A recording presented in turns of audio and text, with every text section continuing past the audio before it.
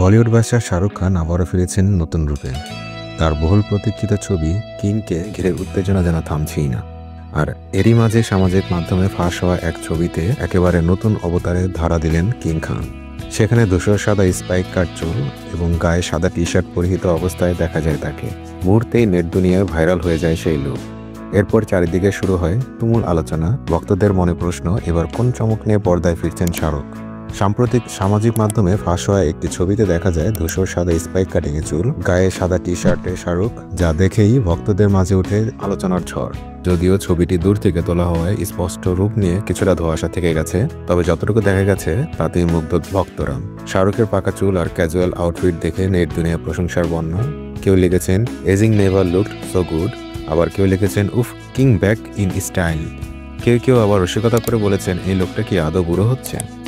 ছবিটি সোশ্যাল মিডিয়ায় ভাইরাল হওয়ার পর থেকে ভক্তদের মধ্যে কিং নিয়ে উত্তেজনার পারদ তুঙ্গে। উল্লেখ্য 2023 সালের পর শাহরুখের বড় পর্দায় কামব্যাক হচ্ছে কিং দিয়ে।